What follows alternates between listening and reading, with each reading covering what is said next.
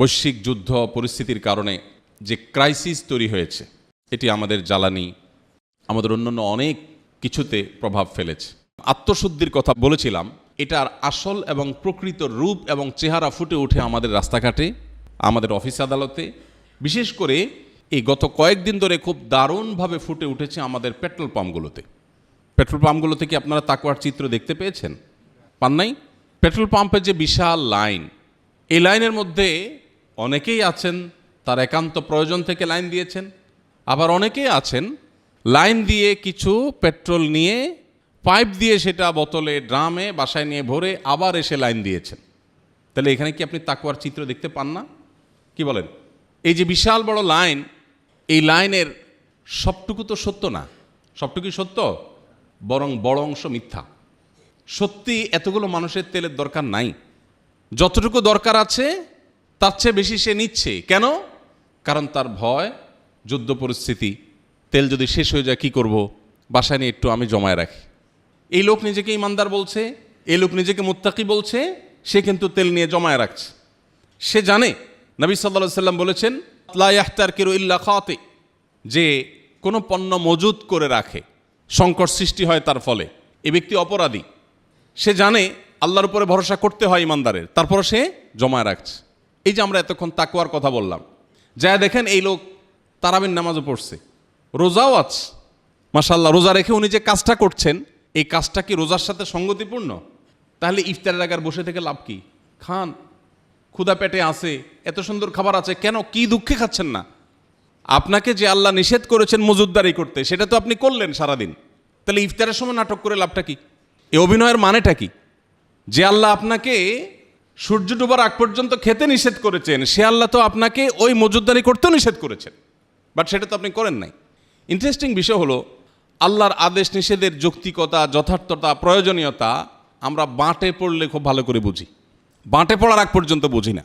গত কয়েকদিন ধরে বিভিন্ন সংস্থা আমার সাথে যোগাযোগ করছে, ফোন করছে, রিকোয়েস্ট করছে, ভাই মানুষকে একটু সতর্ক করেন যাতে বিদ্যুৎ সাশ্রয় করে, জ্বালানি সাশ্রয় করে, যুদ্ধ যদি আরও অনেক বেশি প্রলম্বিত হয় আমরা যেন দুর্ভিক্ষের মধ্যে না পড়ি, বড় বিপদের মধ্যে না পড়ি, আমরা যেন সাশ্রয়ী হই।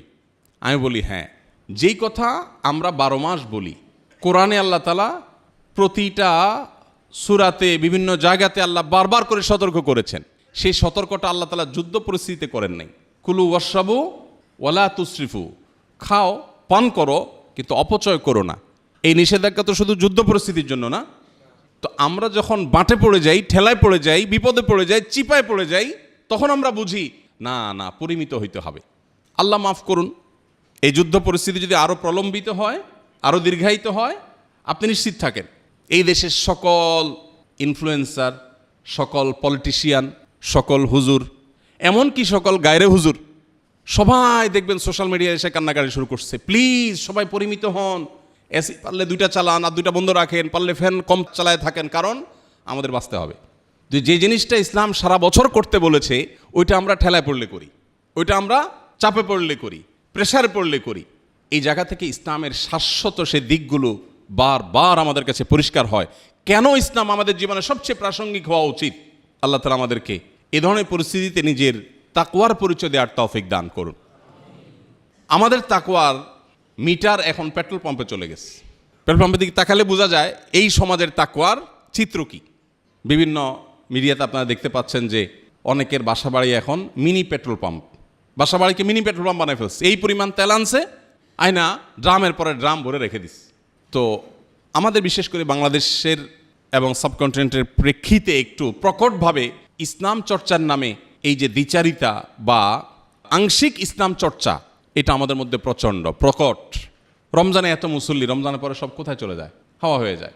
প্রত্যেকটা ক্ষেত্রে আপনি দেখবেন যে আমাদের জীবনে অল্প একটু ক্ষেত্রে ইসলাম আছে, অন্য ক্ষেত্রে ইসলাম নাই। আল্লাহ বলেছেন উদখুলু ফিস সিলমি কাফা, তোমরা ইসলামে প্রবেশ করো পরিপূর্ণরূপে। অতএব এই যুদ্ধ পরিস্থিতিতে আমরা নিয়ত করি, শুধু যুদ্ধ পরিস্থিতি না, সারা জীবনের জন্য আমরা প্রতিটা জিনিস খরচ করার ক্ষেত্রে, ব্যয় করার ক্ষেত্রে হিসেবী হব, সংযমী হব, এবং কখনো অসহিষ্ণু হব না, অসহনশীল হব না, লোভী হব না, ভবিষ্যতের চিন্তা অতিরিক্ত কাতর হব না, বরং আল্লাহর উপরে ভরসা করা শিখব ইনশাআল্লাহ। আল্লাহর উপরে ভরসা কিন্তু সবাই করে। ওই যেই লোক তেল জমাইতে জমাইতে নিজের বাসারে পেট্রোল পাম্প বানায় ফেলছে, সেও কিন্তু আল্লাহর উপর ভরসা করে। কখন? তেল যখন কমতে কমতে একদম ড্রামের গোড়ায় বেঁধে যাবে। বাইরের পেট্রোল পাম্প তো অনেক আগে শুকিয়ে গেছে, ওনার বাসারটাও যখন শুকাইতে শুকাইতে শেষের দিকে আসবে, তখন দেখবেন উনি পরিপূর্ণ ইমানদারের মতো আল্লাহ রাব্বুল আলামিনের প্রতি পূর্ণ তাওয়াক্কুল করবেন, বলবেন আল্লাহ ভরসা। এতক্ষণ তেলের ভরসা ছিল, বাকিটা আল্লাহ ভরসা। মসজিদের সামনে থেকে জুতা চোরে নিয়ে গেছে, জুতা চোরের 14 গোষ্ঠীর নাম ধরে ধরে লিস্ট করে একদম গালি দিয়ে শেষ। অনেকক্ষণ পরে হুঁশ ফিরে আসছে, গালি দিলাম যে এতক্ষণ নিজের মুখটা নষ্ট করলাম, লাভ হলো কি? চোর তো নিয়ে বেচাও শেষ, তো ধরার উপায় নেই। তো যেহেতু আর কিছু করার নাই, এবার বলে যাক আল্লাহর জন্য মাফ করে দিলাম। দুনিয়ার সব মানুষ সোজা হয় আসলে কখন? পাটে পড়লে। আর সুদিনে সোজা হয় না। আমাদের কাজ হলো ভালো সময় সোজা থাকা।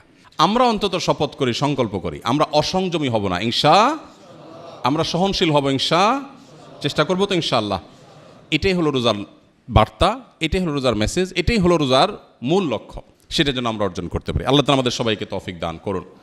নবী করিম সাল্লাল্লাহু আলাইহি সাল্লাম সমুদ্রেও যদি কেউ ওযু করে, তাকেও পানি অপচয় করতে নিষেধ করেছেন। চিন্তা করতে পারেন আপনি, সমুদ্র যেখানে পানির জগৎ, সেখানেও ওযু করতে গিয়ে অপ্রয়োজনে অতিরিক্ত পানি ব্যবহার করতে নিষেধ করেছেন। নবীজি সাল্লাল্লাহু আলাইহি সাল্লাম ওযু করতেন, ছোট এক গ্লাস পানি লাগতো, এক মগ পানি দিয়ে তার গোসল হয়ে যেত। এটা তার চিরাচরিত অভ্যাস ছিল।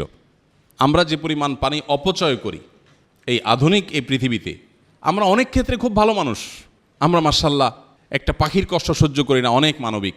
কিন্তু আল্লাহর এই সৃষ্টি পানি যে পরিমাণ নষ্ট করি আমরা, অজুতে যে পরিমাণ পানি টেপে আপনি খরচ করেন, একটা বালতিতে ধরে রেখে দেখেন যে ওইটা দিয়ে কয়েকজনের গোসল হয়ে যাবে। যতটুকু অপচয় আপনি করবেন, আপনার জীবনে এমন পরিস্থিতি অবশ্যই আসবে যে যতটুকু অপচয় করেছেন ততটুকুর জন্য আপনাকে ক্রাইসিসে পড়তে হবে। এই জন্য শুধুমাত্র এই যুদ্ধ পরিস্থিতিতে না, আসুন আমরা নিয়ত করি, বিদ্যুৎ হোক জ্বালানি হোক, এগুলো ব্যবহারে আমরা সাশ্রয়ী হব, আমরা সংযমী হব, অপচয় করব না, অপব্যয় করব না, চেষ্টা করব তো ইনশাআল্লাহ। এটা আমাদের নিজেদের প্রয়োজনে করতে হবে, এটা তাকওয়ার প্রয়োজনে করতে হবে, আল্লাহকে সন্তুষ্ট করার প্রয়োজনে করতে হবে। আল্লাহ আমাদের সবাইকে করার তৌফিক দান করুন।